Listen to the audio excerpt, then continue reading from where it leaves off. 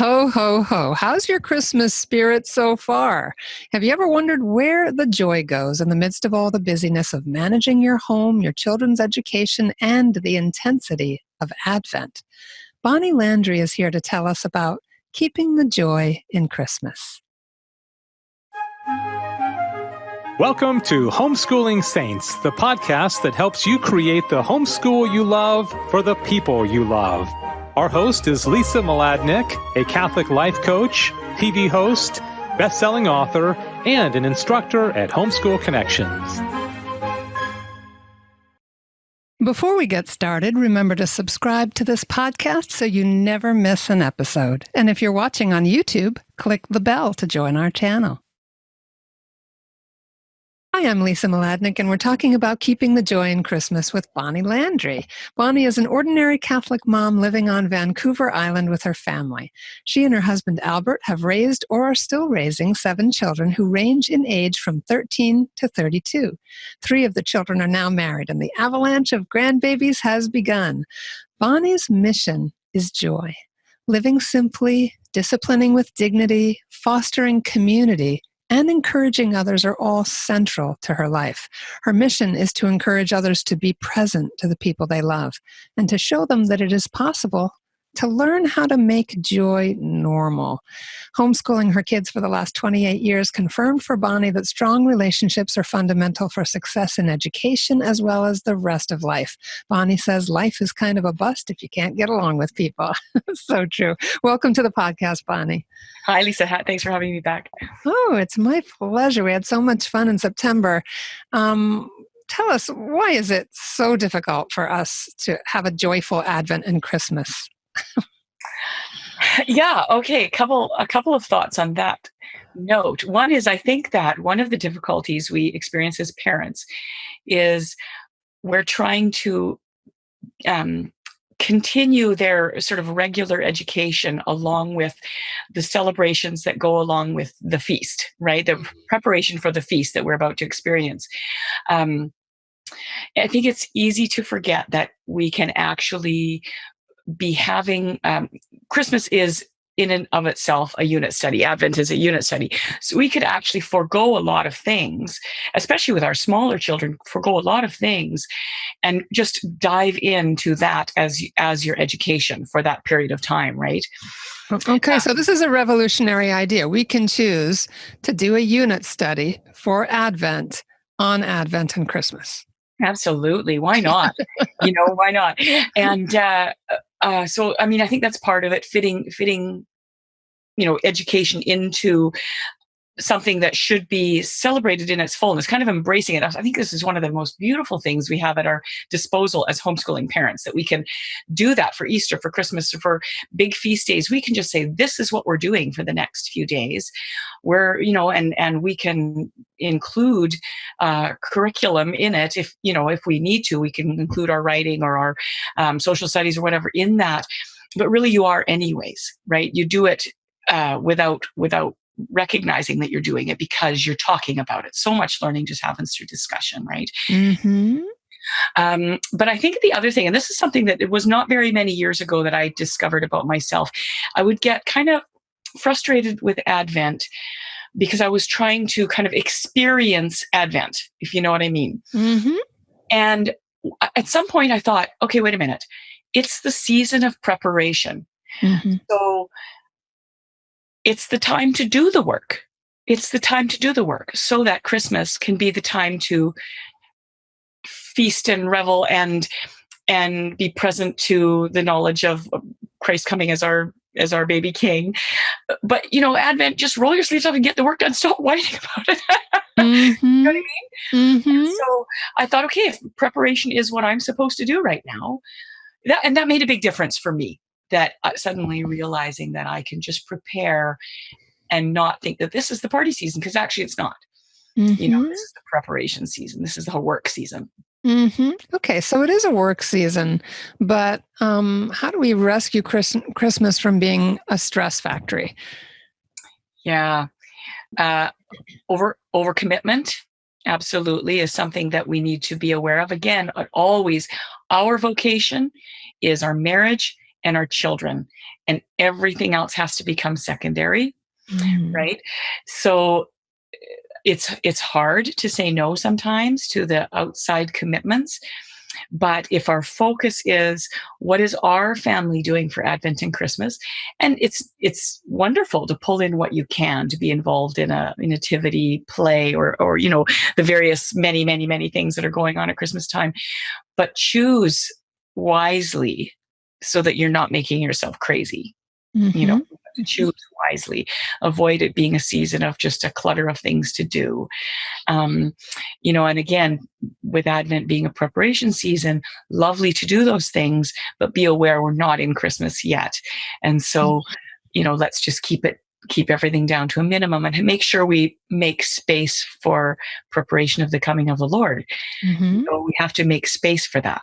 What does that look like in your family? What has Advent typically been like, and how did that evolve? Okay. So I'm a convert. Okay. I'm a Mhm. devout convert. And so we had some Christmas traditions, but I was raised in a religious, non-Christian background. Okay. So we had Hmm. some traditions, but not sort of the rich religious, spiritual traditions of the church. And it was actually, as a new convert, it was one of the things that really jazzed me about the church, was that it was so tradition rich, right? And we look for that, in terms of time and how we spend our time and how we look towards the seasons and whatnot. Um, so one of the same things that fascinated me was my husband his family's French Canadian. So there's a lot of traditions around Christmas from a French Canadian perspective, as there is in every culture. But I was, in a sense, a bit acultural as well, right? Mhm. Um, because faith is really something that really grounds us culturally, and often it's our ethnic background that does that. Um, so for me, the first thing was to adopt some of Albert's traditions in his family that I thought were really beautiful. Um, and the one big tradition in the French Canadian tradition is called Réveillon. It means awakening. All Hmm. right. So what happened when Albert was a kid, family would go to Réveillon, go to midnight mass, come home, have a big feast in the middle of the night. Hmm. Right. And we adapted that to our family. We would go to an evening mass, which was maybe 8 o'clock or 9 o'clock, because we didn't want to leave our little kids at home to go to a midnight mass. So we would all go to an evening mass and then have a réveillon when we came home from mass. So at 10 or 11 or 12 o'clock at night, we would have this beautiful, we still do, we have a beautiful feast Hmm. that was very simple, sort of like cut up hors d'oeuvres and the French Canadian meat pie and that sort of thing. Hmm. So it wasn't a meal exactly. It was sort of snack food that would all be on the table before we left. The baby would be put in the creche before we left, and we would come home. So it was hidden. The kids didn't see any of this. So it Mm. was hidden, and then the door was opened, and this is what they would come home to. Oh, lovely. Oh, Yeah. lovely. So So that. adapting to things that are already within your family culture, drawing those things in. Mhm. And what about Advent? You started off by suggesting that Advent could become a unit study and that you could incorporate your academics. But is it possible to step off the hamster wheel altogether and just do Advent? Yeah, we generally do, except maybe my high schoolers who, have maybe a little bit more of a textbook they have to follow or a class they're in, but we just minimize what they do, so that we can spend our time getting the Christmas baking done, having the house look beautiful, and reading about the saints that happened during Advent. But we also, one of our really important family traditions that we started doing was a Jesse tree. Mm. Very early on. We added in traditions, the kind of having a religious background. It sort of was a blank slate in a sense. Mm. And as I read about different kinds of traditions, I thought, oh, that's something I'd like to adopt. So we added things in slowly over time. Now we have sort of a lot of traditions, but, we started small. Now, the Jesse tree was something that struck me as a really beautiful tradition. And for those, most Catholics, I think, are aware of a Jesse tree, but we are talking about Christ springing from the root of Jesse. And the Jesse tree tradition is basically a reminder of salvation history. So we would often for many people, this is what it looks like, is that a twig or a branch is put into a pot of dirt or rocks or something to hold it in place.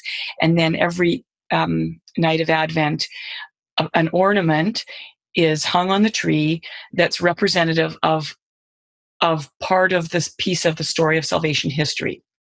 And so we get this beautiful story unfolding every year for the kids so that they really get a grasp on the big picture of salvation history and where we came from and where we're headed. And so I thought that was really beautiful. Now, I had a house full of little kids, and the idea of having, ornaments hung on a tree wasn't very appealing to me because, first of all, I would have to find the ornaments or make the ornaments or buy the ornaments, which we couldn't afford at the time. But also, I just imagined this branch just being the attractive thing that my kids want to grab and pull apart and all of that.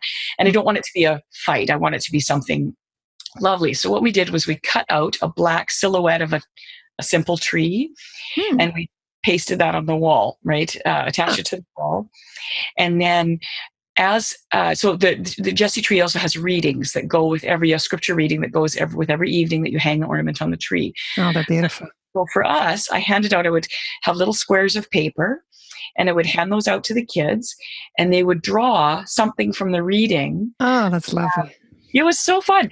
And we still do it. And so we would draw something from the reading as Albert was reading, and they would then tape it to the tree. Right? So some years there'd be 5 or 6, of the same story taped to the tree, from a 3-year-old drawing something out to an 18-year-old drawing something out, that was maybe quite advanced and quite beautiful and representative of the story. And then we would have this beautiful tree pasted all over with pictures. But it was lovely because, first of all, it wasn't breakable. It wasn't another thing that I had to be concerned that was going to be a problem. But also it kept the kids busy. Well, Albert was doing the reading, right? So they would be coloring away while we were doing the reading, and we'd usually have some special hot drink, hot apple cider or something like that, along with that. So that Jesse tree just it's something really, really lovely that was easy to do. And, if you don't do it every night, that's okay.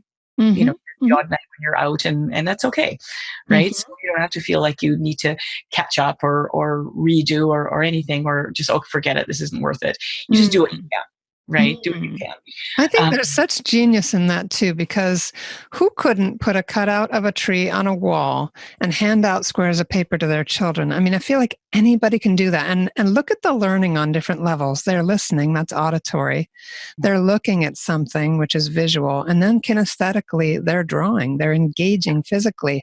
Just think of those layers of learning that are happening while they're, having this joyful example of being in the family environment and hearing the word of God, that it's special, that it's part of them coming together. I think that's incredible. I mean, there are so many there's a lot of Catholic blogs out there where you can get ideas for Jesse trees and where you can find the readings. So that's very easy to find. And there are a lot of different crafty things that you can do if you're a crafty family. Our family is not particularly crafty. No, me neither. But to me, that's just like, man, I wish I'd heard that idea when my daughter was young, because we both love to draw, and that would have been really cool to do. Yeah. And, for me, it was expedient, efficient, didn't add more to my life, and made it so that, we were having an education, that was completely not our normal kind of education, right? And sometimes the kids would write a little quote of the verse on their picture as they got older. I have I'm not artistic or crafty at all, but I have kids who are, for sure. And it was a lovely sort of expression of that. As they got a little older, that sort of sitting around time in the evening was really lovely. So we added in, I would read a chapter of A Christmas Carol every year. I collect copies of A Christmas Carol. Oh, I love that story. Yeah. And so that was something, as I didn't have toddlers anymore and whatnot, we added in a story as well. So that's been lovely. Yeah. Yeah. So I love that you said, yeah, if you miss a night, just skip it, because I mean, that's the reality of our lives is you start off your homeschool year, that everything's going to look a particular way. And your Jessie tree is going to have all the images and we're never going to, but from year to year, when you have a tradition like that, they get all the pieces. It's like, we hear the scriptures or, through the different cycles year after year. We Yeah. celebrate the liturgical year after year. And as we grow and as we mature spiritually and otherwise, we experience them on a deeper and deeper level, and just the prioritizing of it in a way that doesn't have everybody completely stressed out and bickering is just so nice. It's so nice. And another thing too is just from a cyclical perspective is that, I mean, math is cyclical. So you're learning the same things at a little higher level every single year. And so even there, okay, they don't quite get fractions yet, but they're going to get it next year. We're going to come around again to this next year, right? Mm-hmm. So Christmas doesn't have to be perfect, or Advent doesn't have to be perfect. No, not at all. And I think when you're really committed to just exploring it every year, even if you did it differently every year, it wouldn't matter, right? That we're coming back to the same ideas. What is this all about? What is this beautiful thing we're doing? How can we pursue it more deeply? Like an Advent wreath, for example, another just beautiful thing. Okay, every Sunday we light a new candle. What is that? What is the pink candle? What does it all mean? There's just discussion topics, but it's so rich. Yeah. A really simple little resource that I like too is from Lisa Hendy. It's called Oh Radiant Dawn, and they're the O antiphons put together very beautifully and simply for families that are very accessible for young children. I'll put that in the show notes. It's a little booklet. Yeah. Right. And that's Lisa Hendy's, but I'll put that in the show notes. I also really like the O Night Divine blog, and that's Mary Ellen Barrett. That's got tons of ideas for Advent as well. And so what you're basically saying then is you're discovering through family culture, through ways that work for you, this ability to step into Advent together. There's more of a kind of a naturalness to it. What other traditions does your family have? And and how did you sort of come by them, or what did that look like, and how has it evolved? Just let us see a little more of your life. Yeah, we have a lot. So it's funny. Like we have kind of a ridiculous amount of traditions, but they just grew naturally when we could handle them, kind of thing. And not all at once. You didn't do them all at once. Yeah. Right. So my husband's a big fan of Mother Angelica. Okay. And she was very powerful in his early years of him reverting to the church. And anyway, one day he heard her on a show, and she said, we should be out processing the streets. We should be going around the blocks in our neighborhoods, singing about the Lord. And so he thought, and it happened to be near Advent, and he said, we live early, so we can't really go around the block, but he said, we could start an Advent procession. Right. And so we started this Advent procession, would be before we sat down and did our Jessie tree, or after we sat down and did our Jessie tree. And we sing, O Come Divine Messiah. He wanted it to be really clear that this is Advent, right? Something's coming. So the older kids would all carry a candle, and the younger kids would carry, for fire safety reasons, would carry one of the figures from the creche. We have a Fontanini creche, because I love Fontanini figures because they're resin. They're made of resin. They're not breakable, and the kids can handle them and touch them. And anyway, so highly recommend investing in a Fontanini creche. And so they would walk around, and we would process singing, O Come Divine Messiah, around our house. And and that was just one of those beautiful things. And now, we have grandkids, a couple of them live on our property. So now they can join in sometimes when they want to come over and, process with us. Like, fabulous. Yeah, it's great. Yeah, it's really neat. And, just one of those things that's such a simple thing. It doesn't require anything of us, right? Except a willingness to get up and walk around the house for a couple minutes, So, yeah. So then we would kneel and say a prayer after the procession at the creche, put the figures back and the candles back, and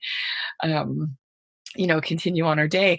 So a couple of traditions that have grown into the adult world is that, first of all, when my daughters got to be adults, I started them on their own Fontanini sets. So I would give them, Mary Joseph, the baby, to start off with, and then added, uh, pieces to it so that their Fontanini sets are growing for their own children, right? Oh. And that's been nice because I know, like in my house, we weren't allowed to touch the nativity scene, so, and that's okay, that's expected because it was breakable. But now that you can get these resin ones, I put it down low. It's somewhere where the, kids can come over and play with it, and they add, the dinosaurs. And, yeah, sometimes I'll find the chickens from our plastic animals also crash. Adoring Jesus. Yeah, exactly. I love the thought of a T-Rex adoring Jesus. That's great. It's pretty spectacular. That makes me very happy. Yeah. So another adult tradition that grew out of this was that did I talk to you about the bride's tree when we No. before the show? Okay. So I don't even know where I came across this. Okay. This is very sketchy about where the details came from on this, but I came across a Catholic tradition called the bride's tree. And the idea was that when a bride got married, you put together a series of ornaments for her that would go on her first Christmas tree because she doesn't have very much yet. And they would all represent the things that she would take into her marriage. So, of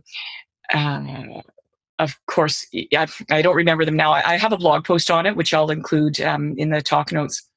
But it would include things like family life, to always have a abundance of food. So it'd be like a little basket of fruit, a little artificial basket of fruit, for her marriage, for the Holy Spirit to be part of this, for, St. Nicholas, all of these sort of traditions to be brought together. I think it's about 20 ornaments. And so I sort of took various ornaments that had been mine that would have special significance to my kids off my own tree. And it was like, oh, I'm sorry, I'll cry.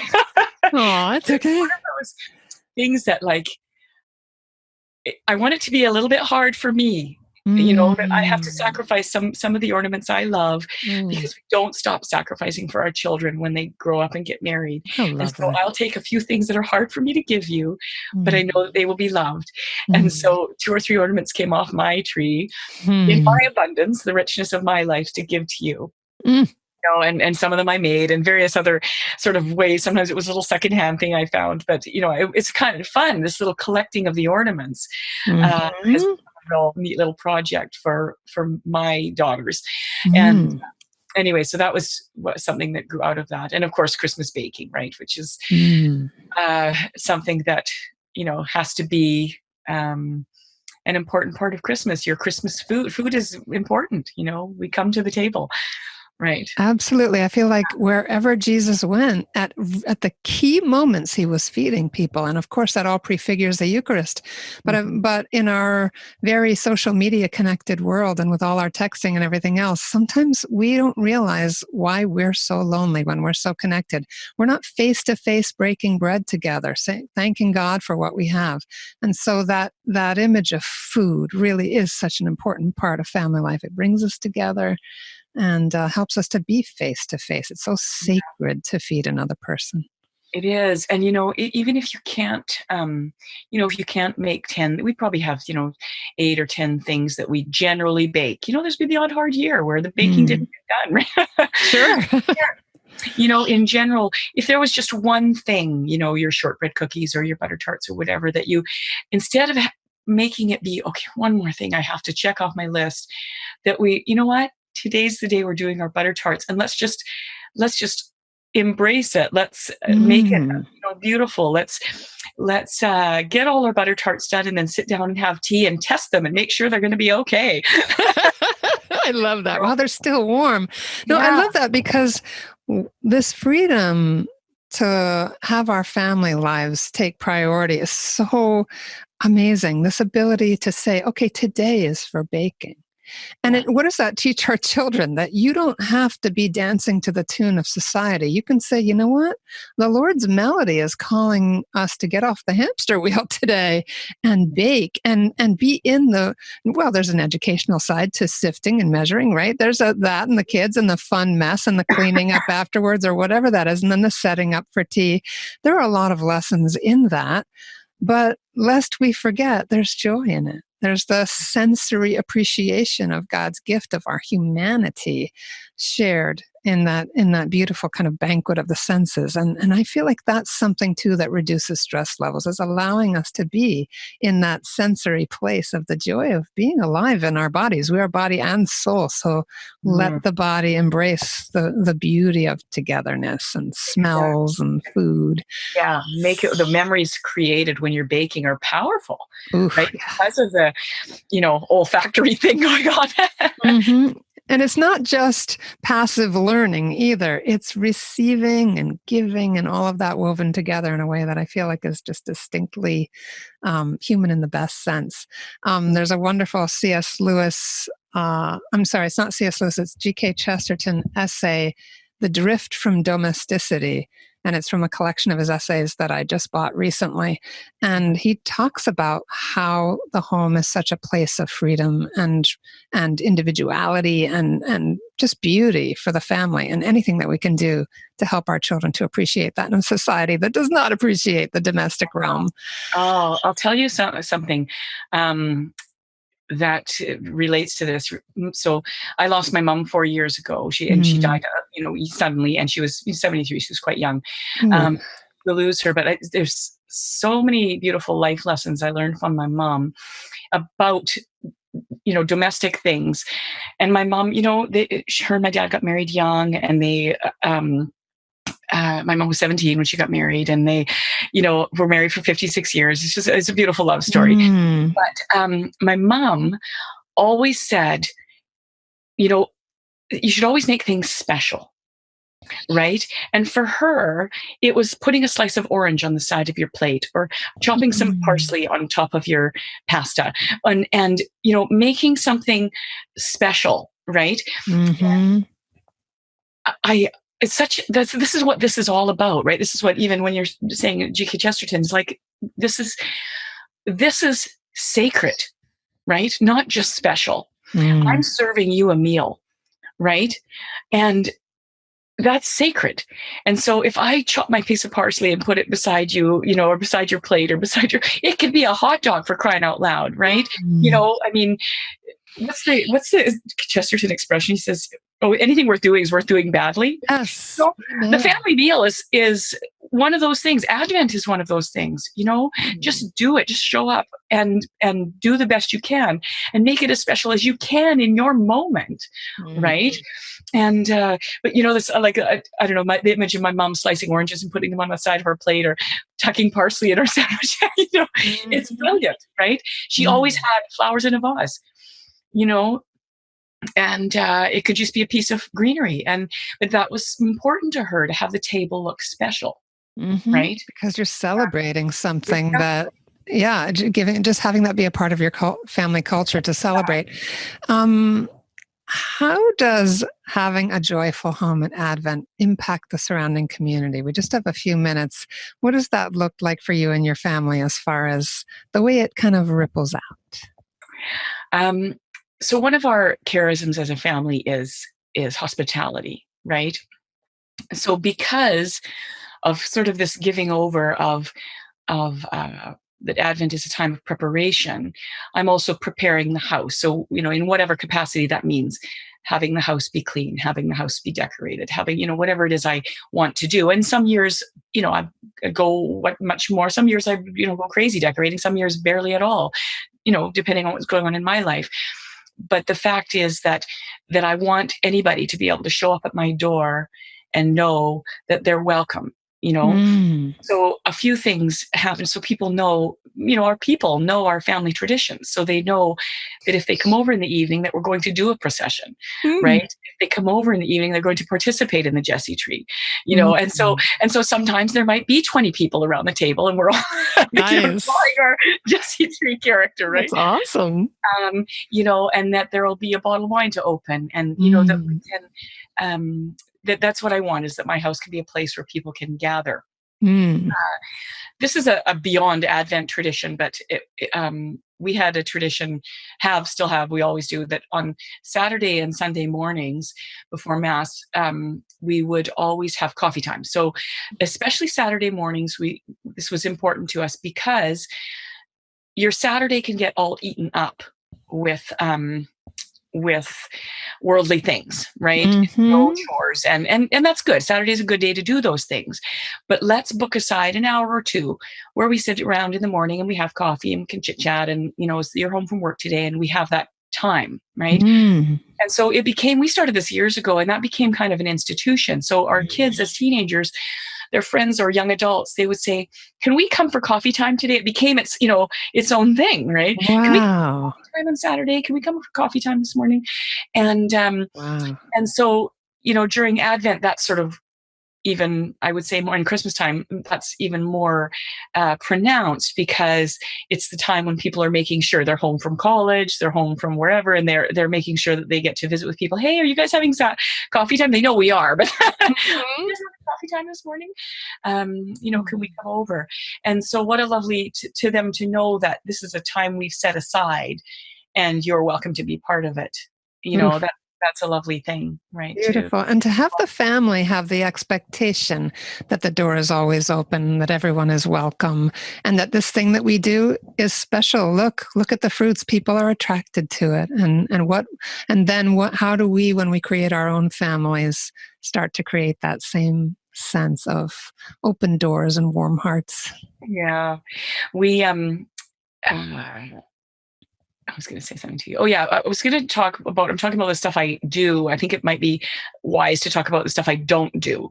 Okay, because Okay. we can't do it all. And there's many, many years we have chosen to not do one thing or another, or it's fallen off the wagon because, one thing and another. And so a couple of things that have happened over the years. One is that I don't do a Christmas morning breakfast at all, because I can't imagine doing a réveillon on Christmas Eve and doing a Christmas dinner and doing a fancy breakfast. And so I know for some families that's really important, the big fancy brunch. And so I just decided years ago, no way, right? I just put all the leftovers from réveillon out on the table for breakfast. Great. That's it, right? And that's, I have to keep that easy for me, so that when we're sitting opening gifts, I'm not thinking about breakfast, and I'm just like, help yourself, man. And Yeah, exactly. Lovely. and so that's something I don't do. And again, Christmas dinner is sometimes a big fancy affair, and sometimes a simpler affair. Several years ago, before I had my last, we have 7 kids. Before I had my last, in between the 6th and the 7th, I had a couple of miscarriages, and one of them happened to be Christmas morning. Oh. So we got up Christmas morning, and I had started bleeding, and I know, a sensitive topic for some people. You may want to qualify, but I got up, we opened gifts, and I knew, and then I just went up to my bed and laid in bed and cried for an hour. But I wanted to get through Christmas, the opening of the gifts. But I knew I was going to have to say something at some point, to my family. So, but I just, bore my grief for some period of time. And on my own, hour or so on my own. And my husband came up after a while, couldn't find me, and I explained to him what was happening. And he said, well, you know what, we can just have Christmas dinner next week or whatever. And I had teenage girls at the time. And they came up, and, they were sad and were with me, and they said, Mom, we can cook Christmas dinner. We'll cook Christmas dinner. And so, trial by fire, they learned to cook a Christmas dinner that day without me. I laid in bed all day, and my beautiful daughters learn how to, how do we, they would run off every half an hour. How do we make this stuff? How did we, and it was so lovely. They were pretty competent cooks, but it turned out to be such a gift, right? Mm. And, they were proud of themselves. I was so proud of them that they just took it on. Let's do this, Mom. And, yeah. Gorgeous. Yeah. Amazing thing, right? Yeah, it really is. Yeah. I feel like, and I want to sound trite because that was an incredibly moving thing. I think we're both sort of chuckling through our tears here. But God does bring such blessings even out of our sorrows, and sometimes especially so that's so memorable, and that the love of your daughters was poured out on you and into the rest of the family. That's a powerful witness. It is, yeah. Yeah. So our Advents, are times of being alive in our faith and exploring and trying to discover what is the charism of our family and how do we respond to each other. And I just love this whole subject of joy, because again, joy is not kind of a silly, forced happiness. It comes from deep within, and it can be mingled with tears, as our laughter just was a moment ago. It's a decision, That's right? right. Joy, like love, it's an act. It's something that you do, and we can learn if you're not a person who is naturally cheerful, naturally joyful, it's something that you can practice. And joy doesn't have to look, I'm sanguine. I'm, out there, maybe I look more cheerful than the next guy. But, my deep rooted sense of joy is something different than that, right? That's just a temperament thing, a personality thing. But joy is really a decision. And this event Christmas morning, absolutely, it was my daughter's decision to bring joy out of difficulty,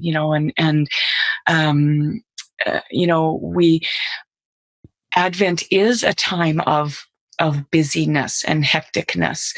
Homeschooling is a time of challenge and self-sacrifice, right? And if we can't bring joy to the table with it, we have to really think about why we're doing it. And remember why we're doing it, and the thing is too, is that we can't expect, okay, I've decided to be joyful and that's the way it is. You are always off track, and having to bring yourself back, like daily and weekly and monthly. That's something that it's not something you just decide one day and you're doing it. You make a decision every single day of your life, every moment, right? Saint Teresa's little way, really, isn't it? That we make a decision to be joyful every day. And I think it's good to end where we began, which is on our knees. That joy is a gift from God and can't be manufactured. And it has to do with abandonment into God's arms and being willing. And of course, there are lots of, you're always emphasizing the importance of our family relationships, and that involves mercy and giving everyone a fresh start every day, and all of that which you do in your home. You're so attuned to your family's needs and their varied temperaments and all of that, and we can all learn day by day. And as you've said about not having to have a perfect Advent, we don't have to have perfect relationships either. We can continually abandon that to God and be little, as Saint Therese was, to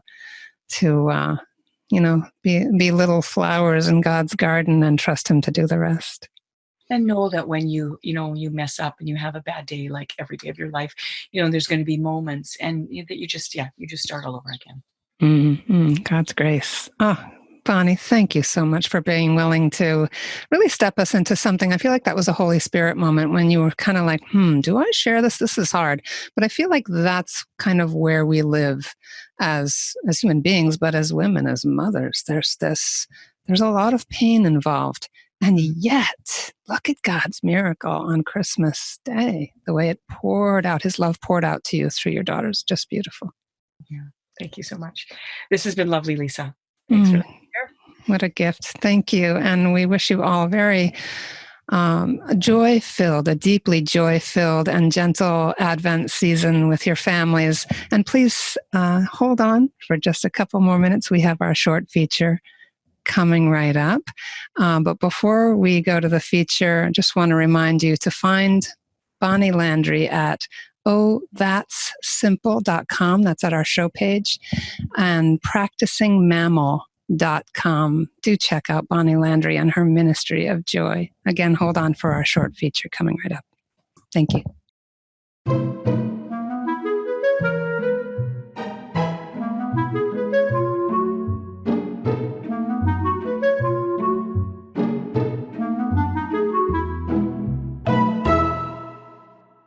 Hi, I'm AJ Catapan. Welcome to Books and Blessings, a place where I get to share with you some of my favorite books for Catholic teens and tweens.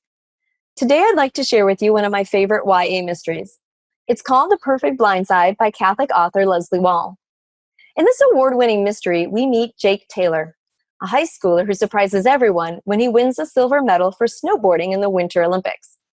When his parents become concerned over the sudden rush of attention Jake receives, they decide to move the family to a small town in the mountains of Colorado, not too far from snowboarding training ground, but still far enough away to keep Jake from the prying eyes of the paparazzi. Most people in the town are thrilled to have an Olympic silver medalist move in, but not honor student Sophie Metcalf. She's got a theory about cute guys like Jake. They can't be trusted because their good looks make it too easy for them to get whatever they want.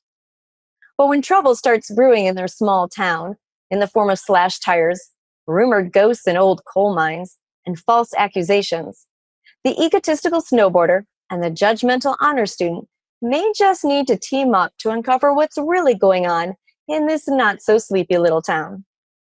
Author Leslie Wall does an amazing job of making her characters realistic while still infusing faith into her story.